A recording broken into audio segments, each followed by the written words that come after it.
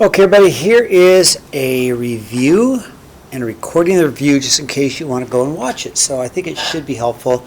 Hopefully we're doing this in class. So in number one, we know it's an absolute value graph, so we know it's a V. Its vertex is at positive 1, negative 2, because it's always the opposite of the inside. So I went to positive 1, negative 2. Has a slope of down 4 over 3 on both sides, so there's my graph. Domain's all real numbers because it has all x's and goes forever in both directions, but the range is different. The range is the y. Starts at a height of negative 2, goes down, so y is less than or equal to negative 2. Okay? You can pause this video anytime you want. I'm just going to go through, okay? Number two, I know that the piecewise graph technically could be connected right there. So I've got two graphs. I've got down 2 over 1, down 2 over 1, so this graph can be a negative 2 over 1, x minus 1, because that's the y-intercept, and that's if x is greater than negative 2. The other graph is up 2 over 1, and then it would cross way up at 7 if we could let it keep going, and this graph is from x is less than negative 2, okay? Number 3 I did on a piece of graph paper or regular paper. So first of all, to do number 3, I got to get rid of all the extra numbers. The extra numbers around the absolute value, don't just get rid of that, plus 8. And then I multiply by 2. I wanted to get rid of all the extra numbers to get to here. Once I got to here, okay, plus 8, multiply by 2, I get 44. Once I get to here, it's two different equations. 2x minus 6 equals 44, and 2x minus 6 equals the negative 44. Okay, so then I just solve. Plus 6 is 50. Divided by 2 is 25. Plus 6 is a negative 38. Divided by 2 is negative 19. Two answers. Okay, number 4 is the same way. I get rid of all the numbers, so I go minus 6 gives me negative 2. Divide by 4, and I get negative 1/2. But it can't be, you can't have an absolute value equal to negative, so there can't be, so it's no solution, okay? Number 5, again, I get rid of all the extra numbers first. Divide by 3, I get 9. Once I get here, I make it equal to the 9 and the negative 9, two answers, but I had to turn the sign when I made it negative. So then I solve plus 1, I get 10. Plus 1, I get negative 8. So I get x is less than 10, less than or equal to 10, or greater than or equal to negative 8. And graphing it looks like this, okay? Again, positive is going too fast. Number 6. Again, you know, I've got to write two different equations. It's already pretty much simplified. So it's greater than 21, but it's less than negative 21. So I solve. Minus 9, I get 12. Divide by 3, I get 4, okay? X is greater than 4. The other one, minus 9 gives me negative 30. Divide by 3, I get x less than or equal to negative 10. This one goes the other way. Greater than 4 is that way.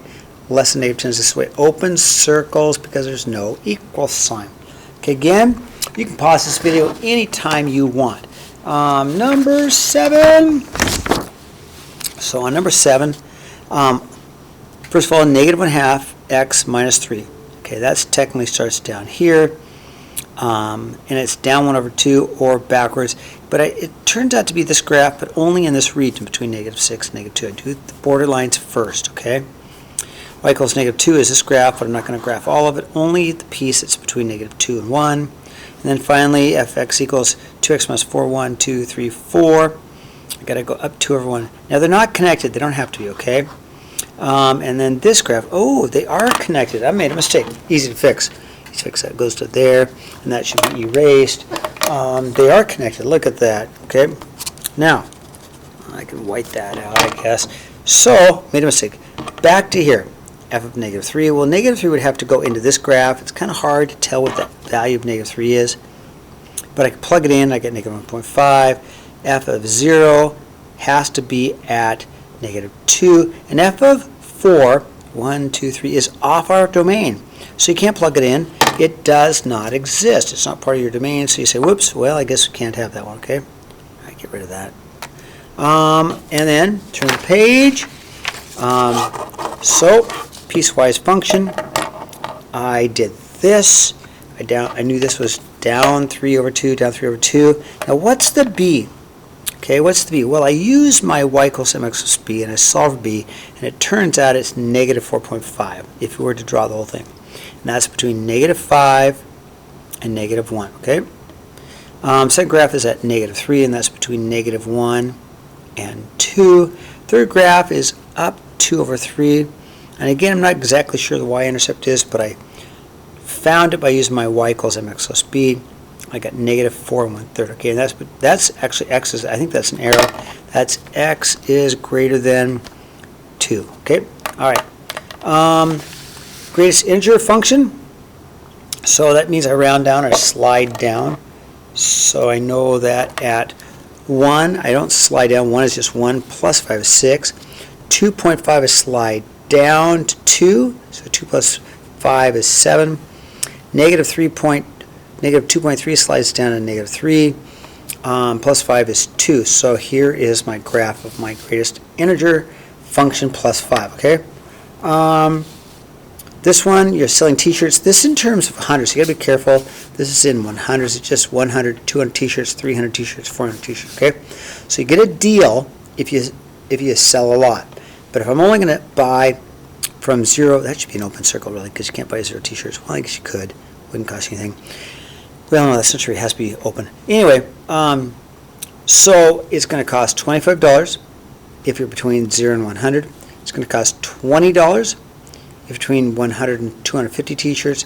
And if you order more than 250, it's only going to be $15. Okay, so there's my piecewise function. 50 t-shirts is right here. It's going to cost you $25. 150 t-shirts right here. It's going to cost you $20. And f of 25 means right here. So that's the cost. So if you're being charged $25 a t-shirt, it means basically that you are only going to order from 0 to 100 t-shirts. Okay, that's it.